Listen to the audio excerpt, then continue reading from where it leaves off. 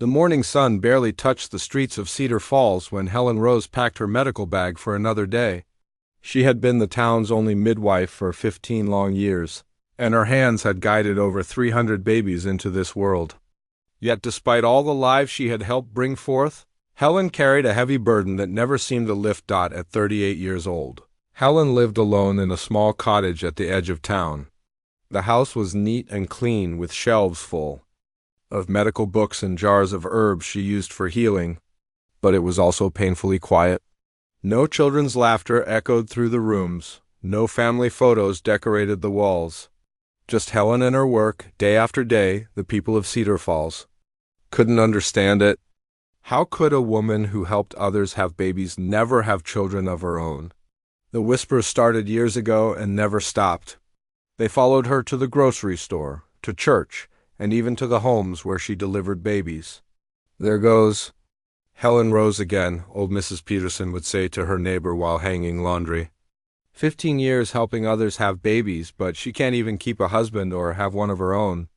"Makes you wonder, doesn't it?" her neighbor would reply. "Maybe there's something wrong with her.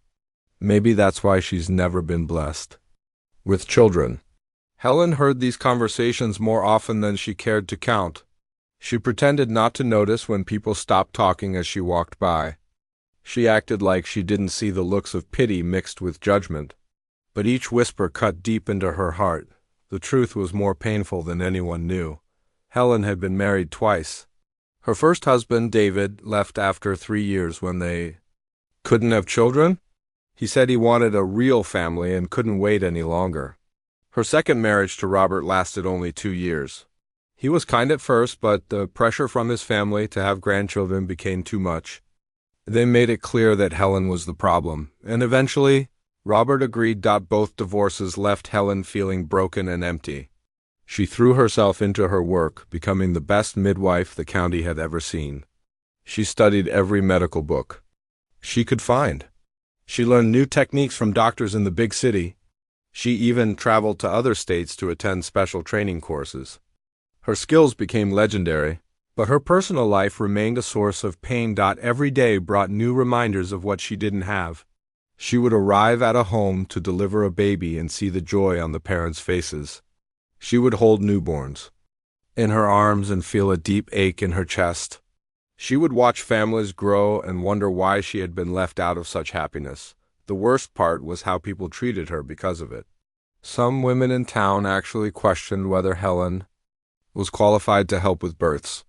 How can she know what it's like to be a mother if she's never been one herself? They would ask. Others whispered that maybe Helen was cursed or that God was punishing her for some unknown sin. These cruel words made Helen doubt herself sometimes. Late at night, alone in her cottage, she would wonder if the whispers were true. Maybe she wasn't meant to be a mother. Maybe she was missing something important that other women had. Maybe all her knowledge and skill meant nothing because she hadn't experienced motherhood herself. But then morning would come, and someone would need her help. A young woman would go into labor, scared and in pain. Helen would arrive with her medical bag in steady hands.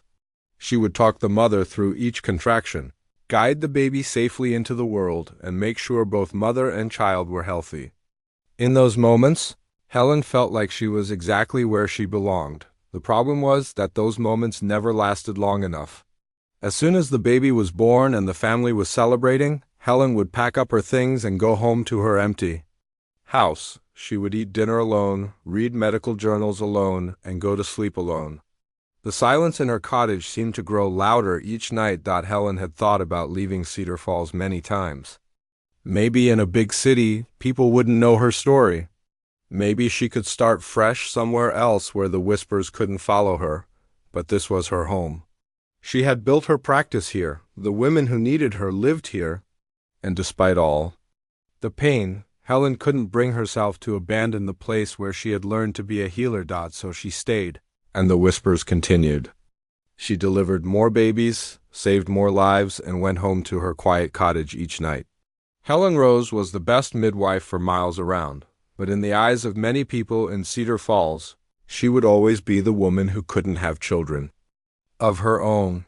What Helen didn't know was that her biggest test was coming soon. A test that would show everyone in town what real strength looked like.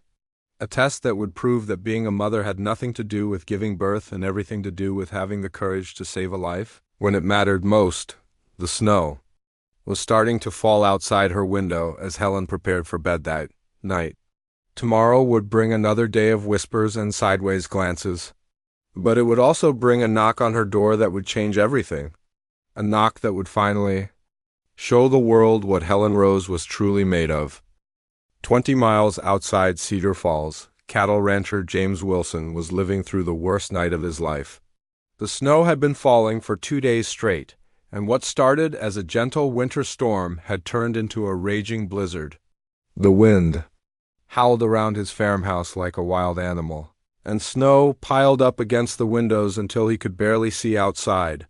James wasn't worried about the weather at first.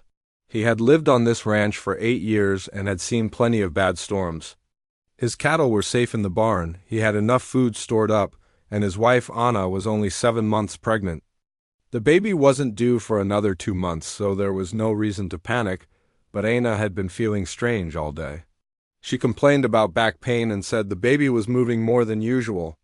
James told her it was probably nothing, just the stress of being stuck inside during the storm. He made her some tea and helped her put her feet up. Everything would be fine, he assured her. Everything had to be fine. By evening, Anna's pain was getting worse. She tried to hide it from James, but he could see the worry in her eyes. She would stop talking in the middle of a sentence and grip the arm of her chair. Her face would turn pale, and she would take deep breaths until the pain passed. "Maybe we should call the doctor," Anna said softly as they sat by the fireplace. James looked toward the phone on the kitchen wall. He had tried calling his neighbor earlier, but the lines were down. The storm had knocked out power and phone service all across the county. They were completely cut off from the outside world. "The phones aren't working," James admitted. "But I'm sure it's just false labor. First babies always do this.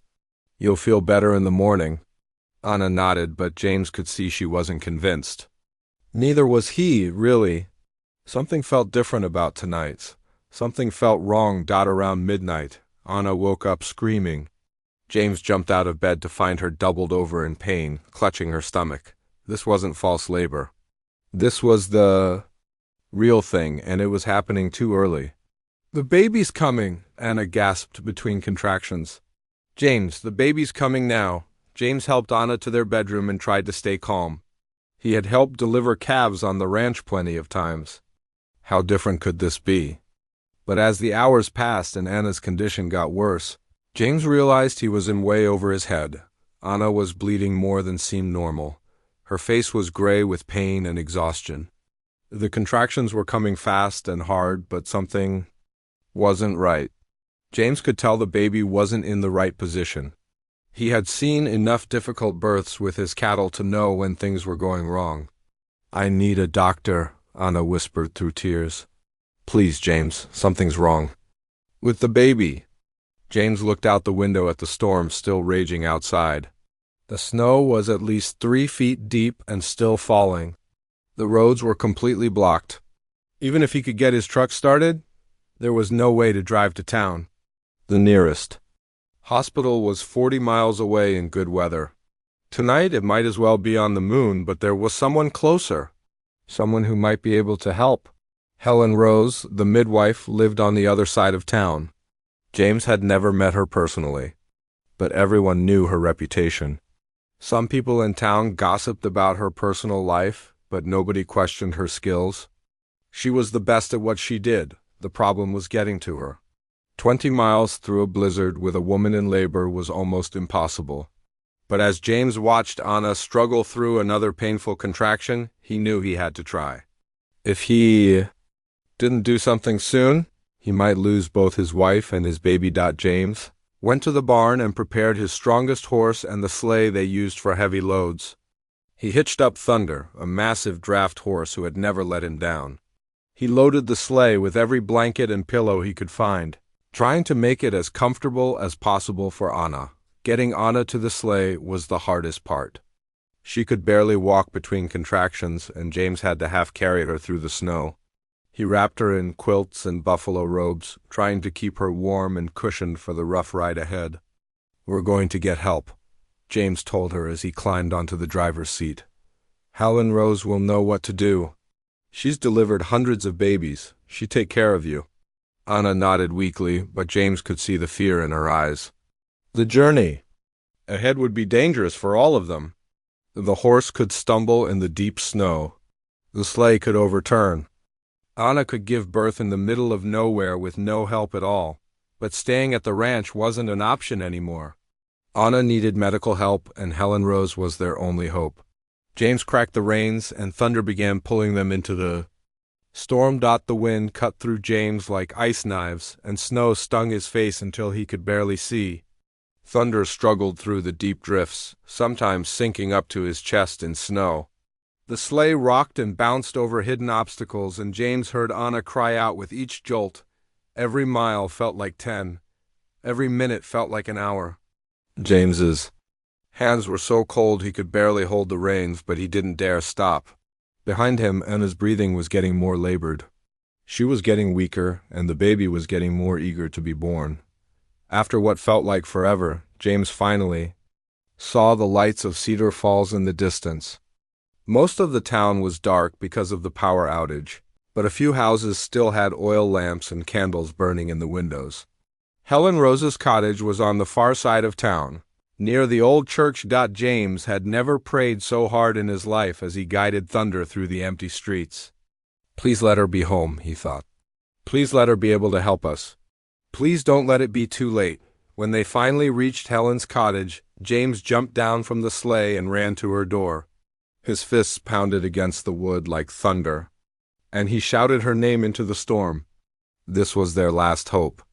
If Helen Rose couldn't help them, James didn't know what he would do. Helen Rose was having another sleepless night when the pounding started. She had been lying in bed for hours, listening to the wind howl outside her cottage and thinking about Mrs. Patterson's cruel words from that afternoon.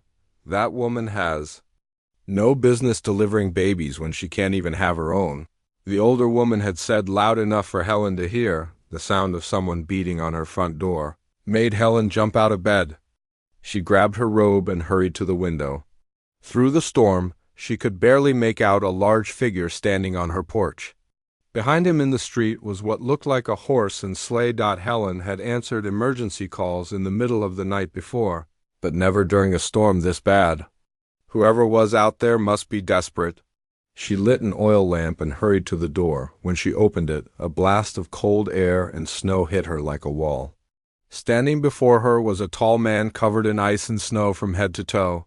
His face was red from the cold, and his eyes held a wild look of desperation she had seen before in fathers-to-be facing a crisis. "Are you Helen Rose?" the man asked through chattering teeth. "Yes, I am. What's wrong?" "My name is James Wilson. My wife Anna is in labor, and something's not right.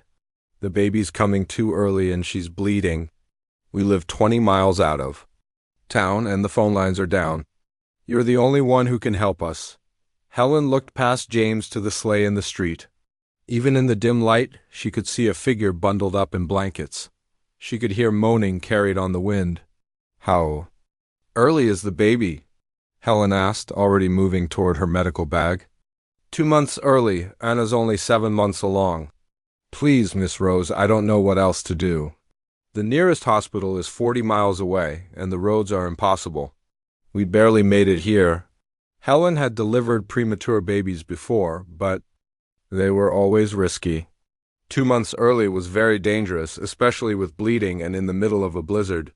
But one look at James's desperate face told her she had no choice. "Let me get my things," Helen said. "We need to get your wife inside where it's warm." Helen had learned long ago to keep her medical bag packed and ready for emergencies. She grabbed extra blankets, towels, and her special box of herbs and medicines. She also took her largest oil lamp and extra candles. If the power was out at the Wilson Ranch too, she would need all the light she could get. James helped Helen through the snow to the sleigh. Up close, Helen could see that Anna Wilson was in serious trouble. The young woman's face was pale as moonlight, and she was breathing in short, painful gasps. Her hands clutched her belly, and Helen could see blood staining the blankets around her. "Anna, my name is Helen Rose. I'm here to help you," Helen said gently. "We're going to get you inside where it's warm, and then I'm going to take care of you and your baby." Anna's eyes fluttered open. "The baby's coming too soon," she whispered. "Something's wrong. I can feel it." Helen took Anna's hand and squeezed it. "I know you're scared, but you're not alone anymore. I've delivered hundreds of babies, including many that came early. We're going to get through this together." Getting Anna into the cottage was harder than Helen expected. The young woman could barely stand, and the contractions were coming fast and strong. James and Helen had to support her on both sides as they struggled through the snow to the front door. Once inside, Helen quickly converted her living room into a delivery room. She had done this before when weather made it impossible to reach patients' homes. She spread clean sheets on her sofa and set up her medical supplies on the coffee table. She positioned oil lamps around the room to give her the best possible light dot. As soon as Anna was settled, Helen began her examination. What she found made her heart sink. The baby was indeed coming too early, and it was in the wrong position. Anna was bleeding more than she should be, and her blood pressure seemed dangerously low. "James, I need you to boil water and bring me all the clean towels you can find," Helen said calmly. She had learned never to let patients see her worry, no matter how bad things looked. While James hurried to help, Helen focused on Anna. The young woman was getting weaker with each contraction, and Helen knew she didn't have much time. She had to stop the bleeding and try to turn the baby before it was too late. "Anna, I need you to listen to me," Helen said, looking directly into the young woman's eyes. "Your baby is trying to come out backward, and that's why you're having so much trouble. I'm going to try to turn the baby, but it might hurt. Will my baby be okay?" Anna asked through tears. Helen paused. She could give false hope, or she could be honest. "I'm going to do everything I can to make sure both you and your baby are safe. But I need you to trust me and do exactly what I say. Can you do that?" Anna nodded weakly. "I trust you." Those 3 words hit Helen harder than any insult the townspeople had ever thrown at her.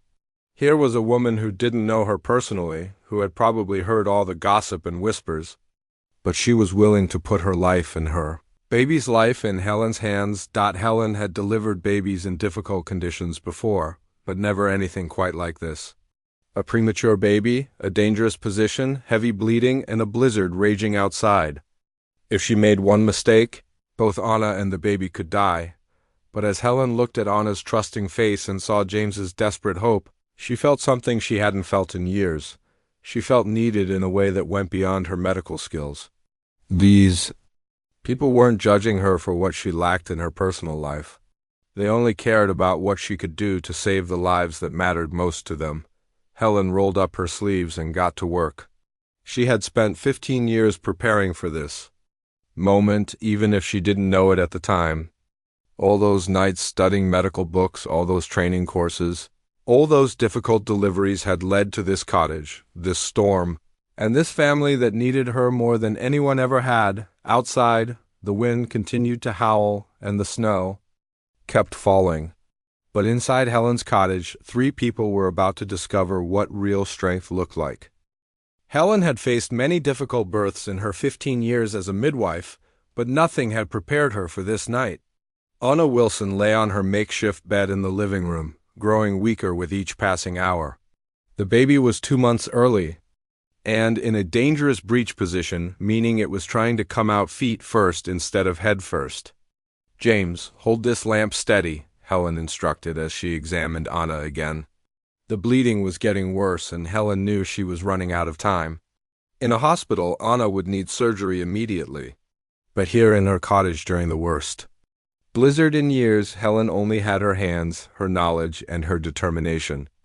Anna's contractions were coming every few minutes now, each one more painful than the last.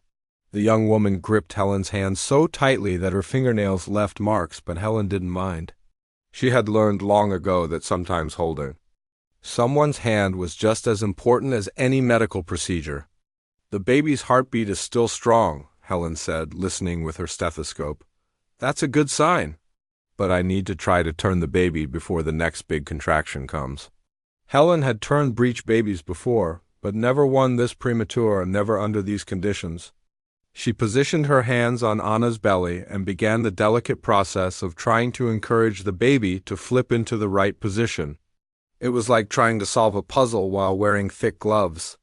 This is going to hurt, Helen warned Anna. But I need you to breathe through it and try not to push yet. Anna nodded weakly. Sweat covered her forehead despite the cold air that kept sneaking into the cottage. James stood beside her, holding her other hand and whispering words of encouragement. Helen worked carefully but quickly. She could feel the baby moving under her hands, but it was stubborn and seemed determined to stay in the wrong position. Meanwhile, Anna's bleeding continued, and Helen worried about how much blood the young woman could afford to lose. "Come on, little one," Helen whispered to the baby. "Work with me here. Your mama needs you to cooperate." For a moment, Helen felt the baby shift slightly.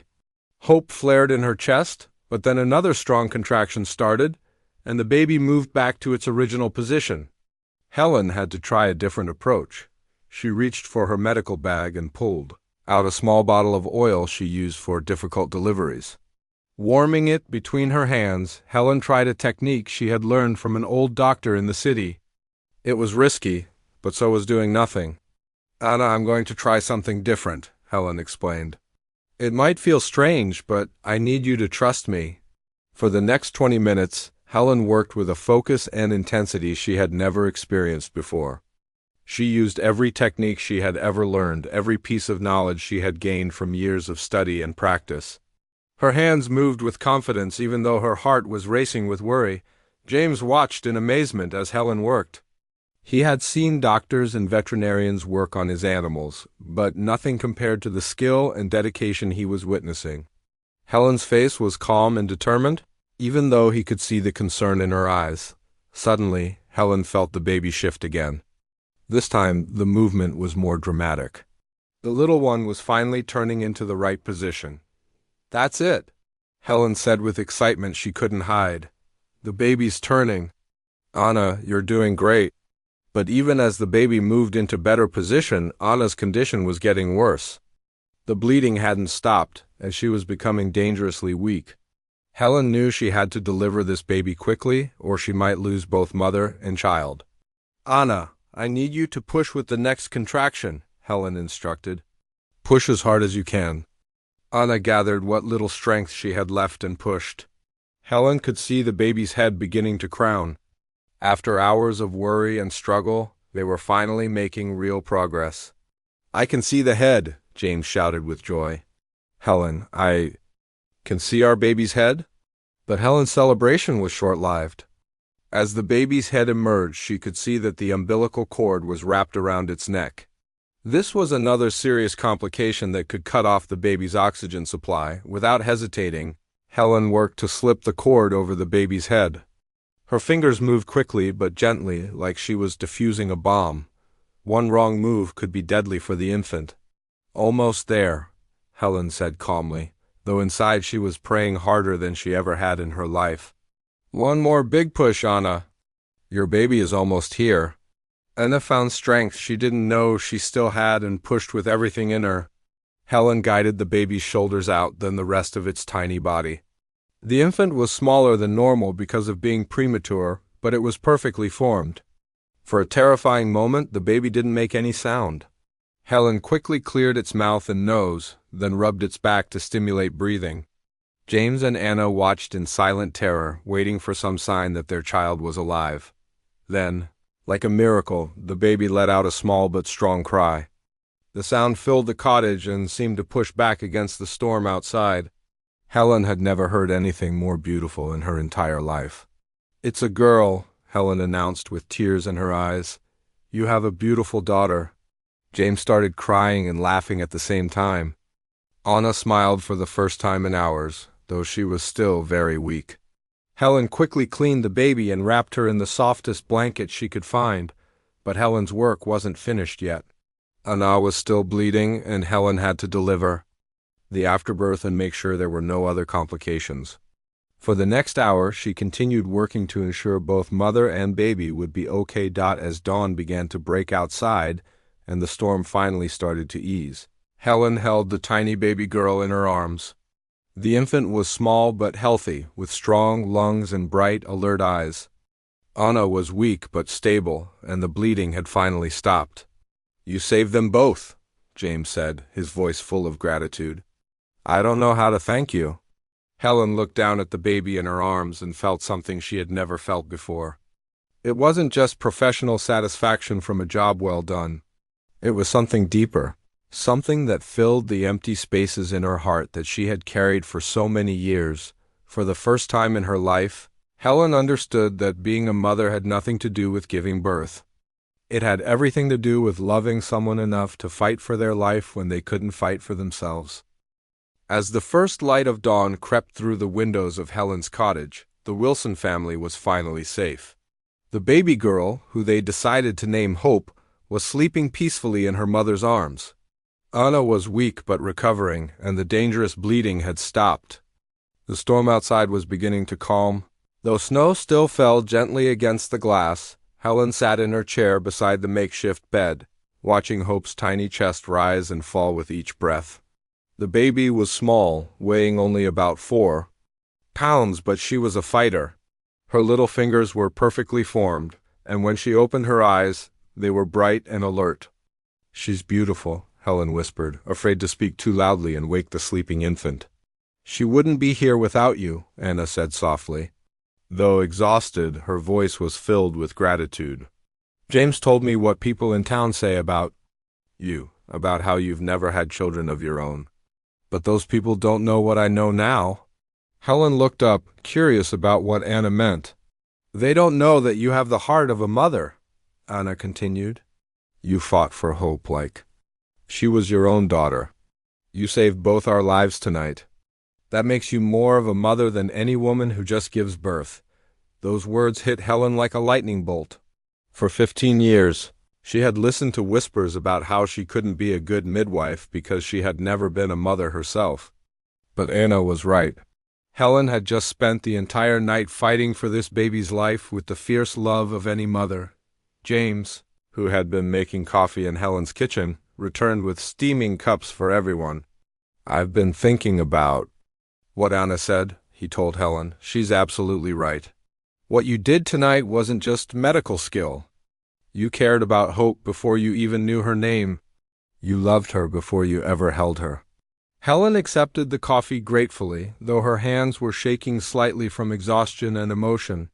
She had delivered hundreds of babies over the years, but this night felt different. This time, she hadn't just been doing her job. She had been fighting for a family that trusted her completely. "Can I hold her again?" Helen asked quietly. Anna smiled and carefully placed Hope in Helen's arms. The baby was so light, like holding a small bird, but there was strength in her. Tiny body that reminded Helen of her own determination to survive life's challenges. As Helen looked down at Hope's face, she felt a warmth spreading through her chest that she had never experienced before. This wasn't the empty ache she usually felt when holding other people's babies. This was different. This was the feeling of knowing she had helped create a miracle. "You know," James said thoughtfully, "Anna and I have been talking. We live pretty far from town, and with a premature baby we're going to need medical help. More often than most parents. The nearest doctor is 40 miles away, and after tonight, we know how dangerous that distance can be." Helen nodded, understanding their concern. Premature babies often had health issues that required careful monitoring. Hope would need extra attention in her first few months of life. "We were wondering," Anna said hesitantly, "if you might consider coming to stay with us for a while. Just until Hope is stronger and we're more confident about caring for her. We have plenty of room at the ranch, and we could really use someone with your skills nearby." Helen was surprised by the offer. In all her years as a midwife, no family had ever asked her to stay and help care for a baby after delivery. Usually, her job ended when the infant was safely born.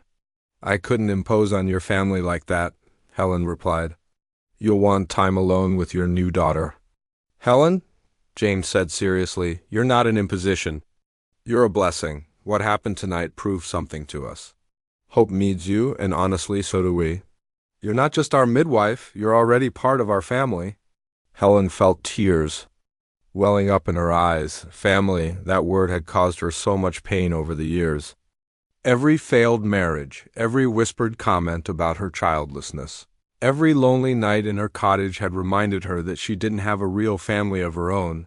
But looking at James and Anna, and holding little Hope in her arms, Helen began to understand that family wasn't just about blood relations or giving birth.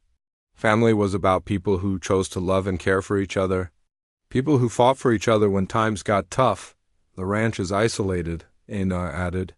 "We could set up a small clinic there. Other ranching families live miles from town and they need medical help too.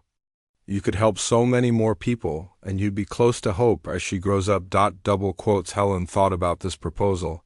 She had always dreamed of having her own clinic where she could help more women and children. Working from the Wilson Ranch could make that dream possible, and she would get to watch Hope grow up, something she had never imagined she would experience. "What about the people in town?" Helen asked.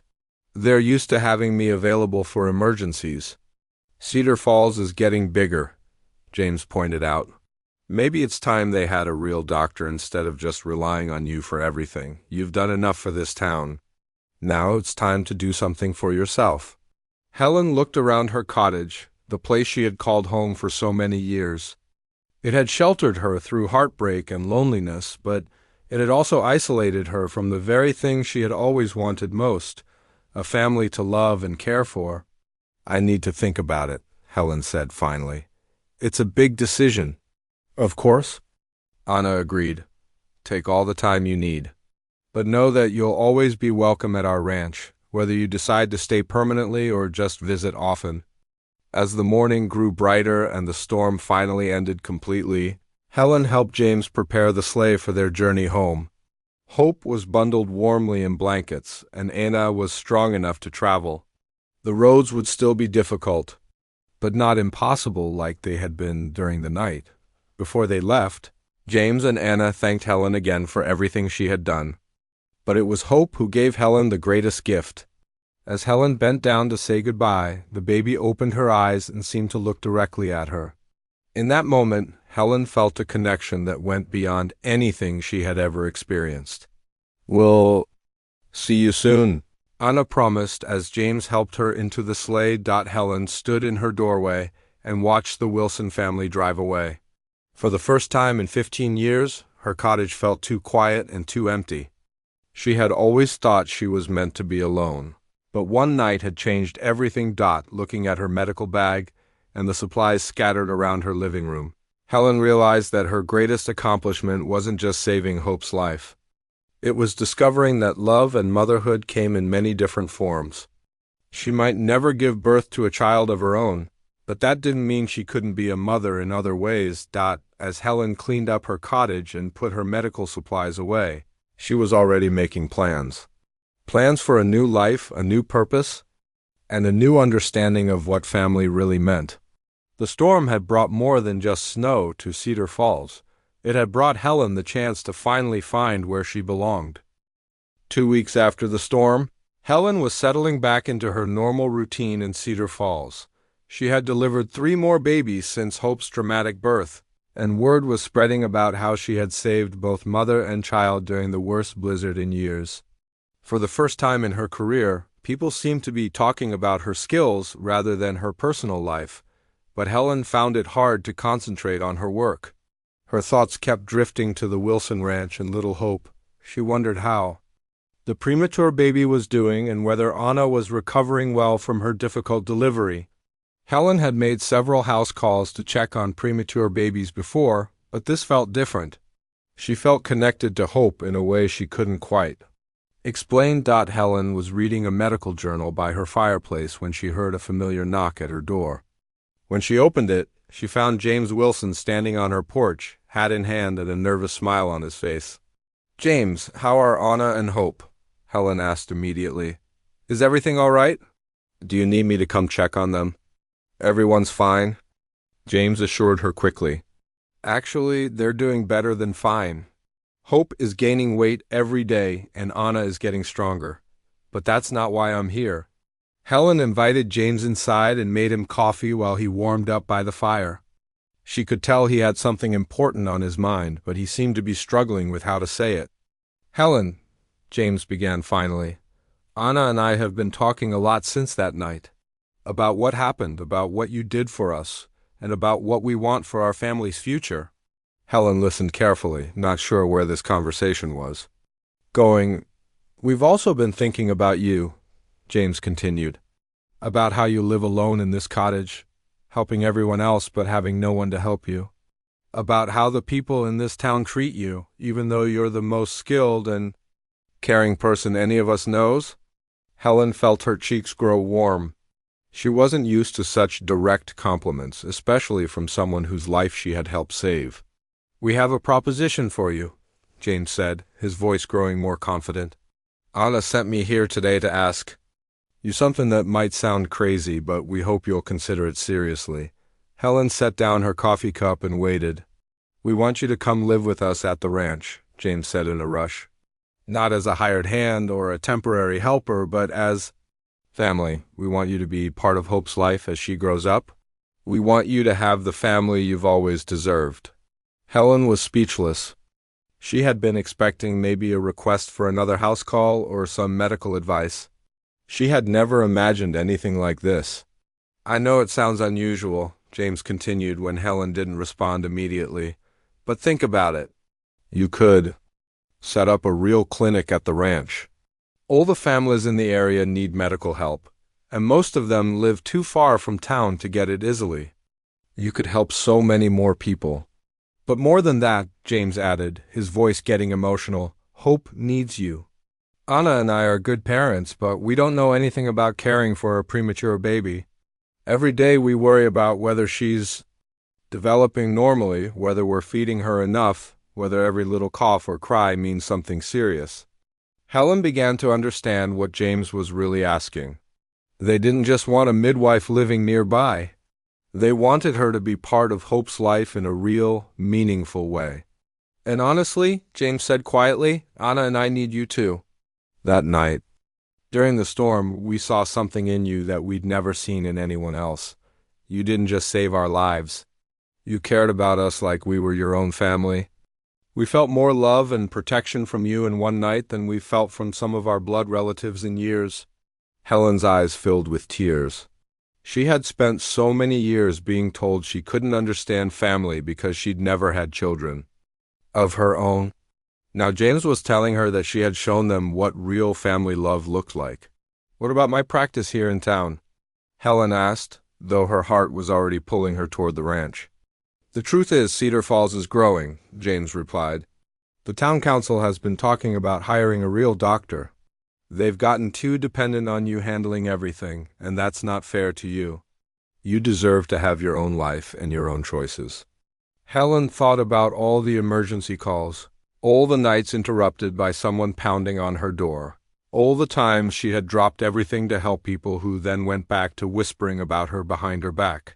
But what would I do at the ranch? Helen asked. I mean, besides helping with Hope? James smiled. Whatever you want. Anna has been dreaming about this for 2 weeks. She wants to help you set up a proper clinic in one of our buildings. We could fix it up with real medical equipment, a comfortable place for patients to rest, everything you need to do your work properly. And there are at least a dozen ranching families within 20 miles of us, James continued. They all have children, and many of the women are pregnant or planning to be. You could serve all of them from one location instead of traveling all over the county in all kinds of weather. Helen had to admit the idea sounded appealing. She had always dreamed of having her own clinic where she could organize her supplies properly and have everything she needed in one place. What does Anna really think about this? Helen asked. Is this her idea, or are you trying to convince her? James laughed. Are you kidding? This was Anna's idea from the beginning. She's the one who sent me here today. She said if I came back without at least getting you to consider it, she'd ride into town herself and drag you back to the ranch. Helen could picture Anna doing exactly that.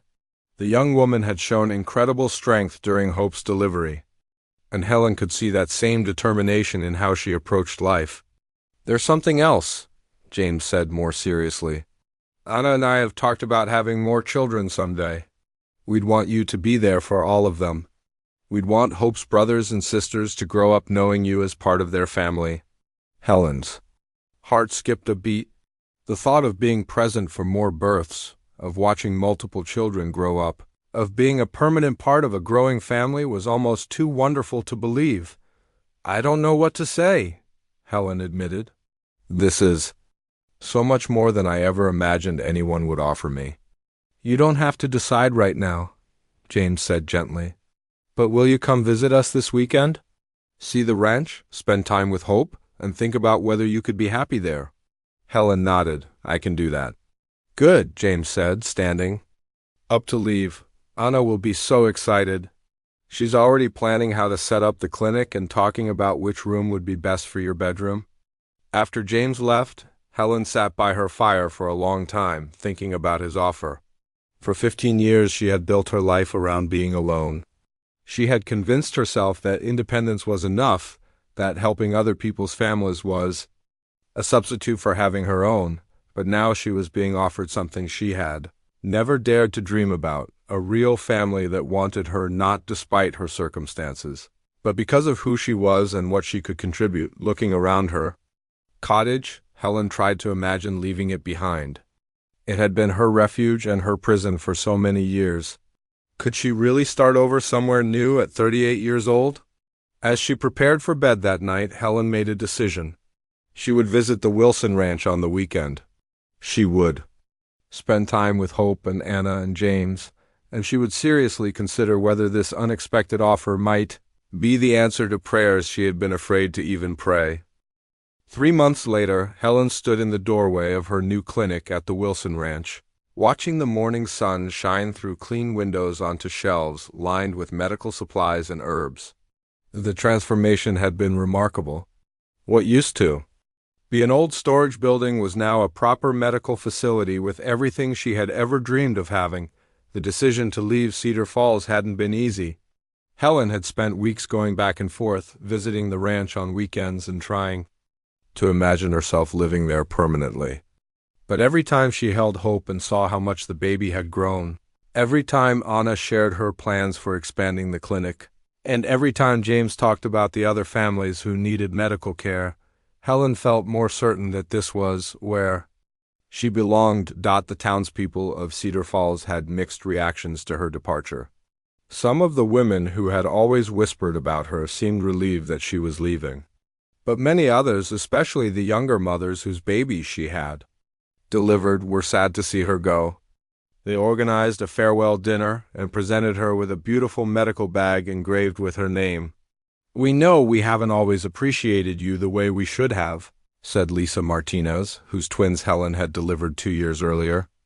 "But you've been there for all of us when we needed you most. We're going to miss you terribly." Helen was touched by the gesture, but she felt no regret about her decision. For the first time in her adult life, she was moving towards something instead of running away from something. Life at the Wilson Ranch was everything James and Anna had promised and more. Helen had her own comfortable room in the main house, with a view of the mountains and easy access to the clinic. Hope, now 4 months old and thriving, had become the center of Helen's world in ways she never expected. "Good morning, sweetheart," Helen said each day as she picked up Hope for her morning feeding. The baby had grown strong and healthy, reaching all the milestones that premature babies sometimes struggled with. Her eyes were bright and alert, and she had started smiling when she saw Helen's face. Anna had recovered completely from her difficult delivery and was now helping Helen run the clinic. The young woman had a natural talent for organizing supplies and keeping patient records. She also had a gentle way with worried mothers that complemented Helen's medical expertise perfectly. "Mrs. Thompson is coming in this afternoon for her checkup," Anna told Helen one morning as they prepared for the day. "She's nervous because this is her first baby and her husband is away on business. I'll make sure to spend extra time with her," Helen replied. First-time mothers need lots of reassurance. The clinic had become popular faster than any of them had expected. Word spread quickly among the ranching families that a skilled midwife was now available locally. Women who had been traveling to the city for medical care were thrilled to have Helen so close by. Helen found herself busier than she had ever been in Cedar Falls. But it was a different kind of busy. Instead of emergency calls at all hours, she had scheduled appointments during reasonable times. Instead of treating patients in cramped bedrooms, she had a proper examination room with good lighting and all the equipment she needed. More importantly, she felt like she was really making a difference. Helen was able to provide prenatal care throughout entire pregnancies instead of just showing up for deliveries. She could monitor women's health more closely and catch potential problems before they became emergencies.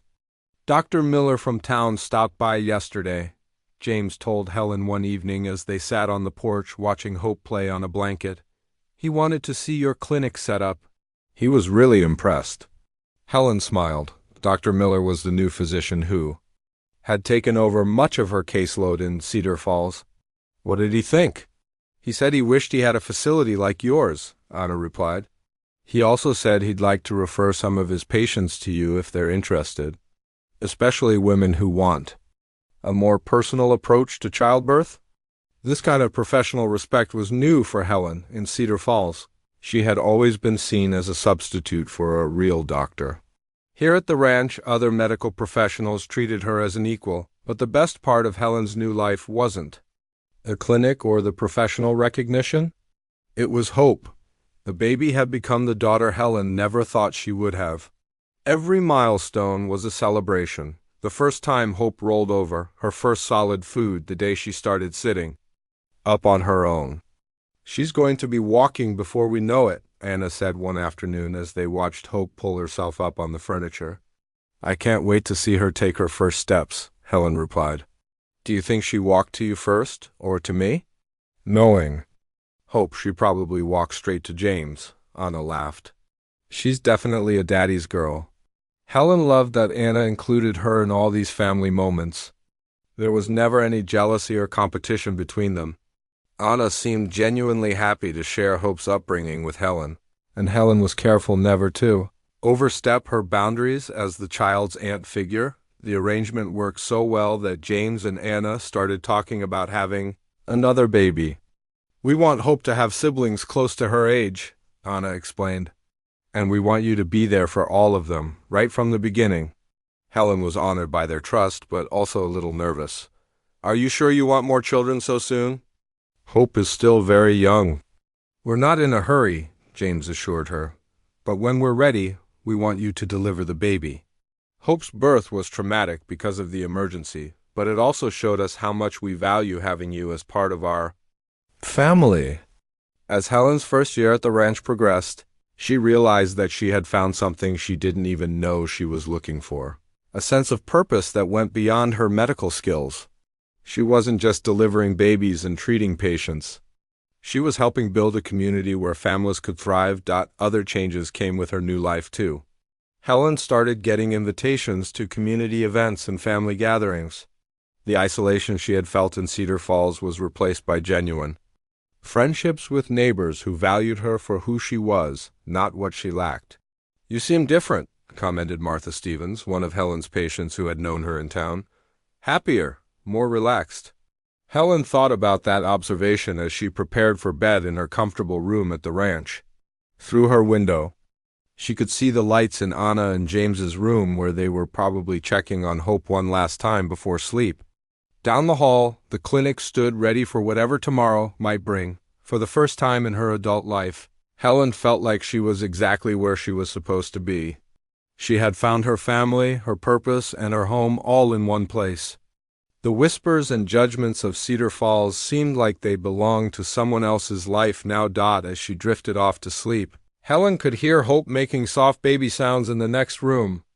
Tomorrow would bring new patients, new challenges, and new joys, but tonight Helen Rose was content in the knowledge that she had finally found her place in the world.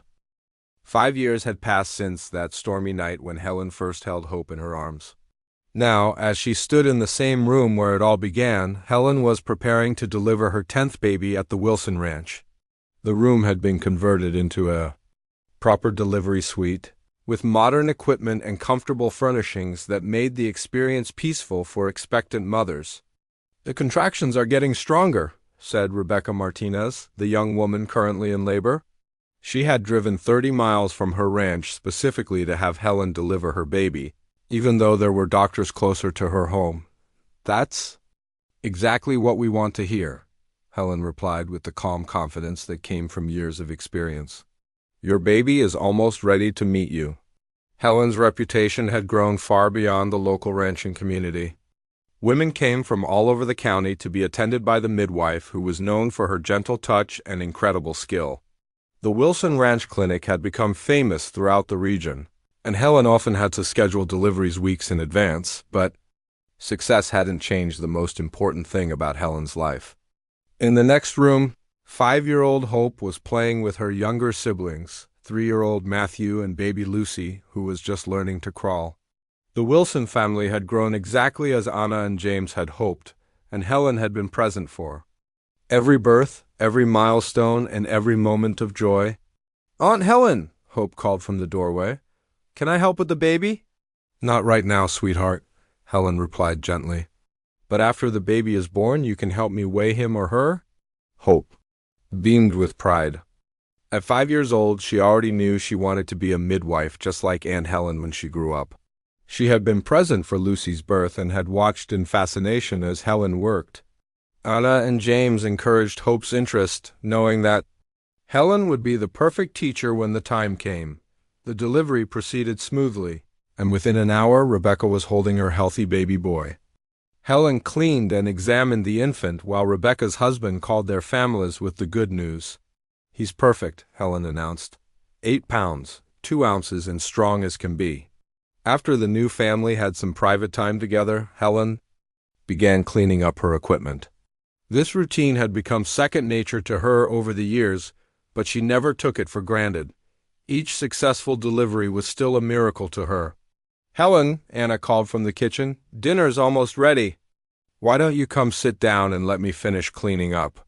Helen smiled at how naturally Anna had taken to helping with the medical side of things. The young woman had become an excellent assistant and was thinking about studying to become a nurse herself. They worked together like a perfectly coordinated team. At dinner, the Wilson family gathered around the large table that James had built to accommodate their growing household. Hope chattered excitedly about her day at school. Matthew showed off a drawing he had made, and Lucy babbled happily in her high chair. "Mrs. Peterson from town stopped by today," Anna told Helen as they ate. She wanted to apologize for some of the things she said about you years ago. Helen was surprised. Mrs. Peterson had been one of the most vocal critics of her abilities back in Cedar Falls. "What did she say?" "She said her daughter-in-law is pregnant and wants to come here for the delivery," James explained. Mrs. Peterson admitted that she was wrong about you and that everyone in town knows you're the best midwife in 3 counties. Helen felt a warm satisfaction at this news, not because she wanted to be proven right, but because it meant another family would receive the care they deserved. "Tell her to call and make an appointment. I'd be happy to help." After dinner, Helen took Hope outside to look at the stars. This had become their special tradition, a quiet time when they could talk about the day and dream about the future. "Aunt Helen," Hope said, as they lay on a blanket in the yard, "tell me again about the night I was born." Helen had told this story dozens of times, but Hope never got tired of hearing it. "Well, it was the biggest snowstorm anyone had ever seen, and your mama was having trouble.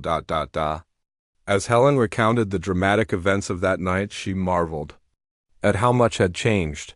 The frightened, bleeding woman she had fought to save was now a confident mother of 3. The premature baby, who barely weighed 4 pounds, was now a bright, healthy child with dreams of her own. And Helen herself had transformed from a lonely woman carrying the weight of others' judgments to someone who knew exactly where she belonged. "And that's how you became part of our family," Helen finished the story. "Were you sad before you came to live with us?" Hope asked with the directness that only children possess. Helen considered the question carefully. I was lonely sometimes, she admitted, but I didn't realize how lonely until I found all of you. Now, I know that family isn't just about being born into it. Sometimes family is about choosing to love each other. Hope snuggled closer to Helen. I'm glad you chose us. I'm glad you chose me too, sweetheart. Later that evening, after the children were in bed, Helen sat with Anna and James on the front porch.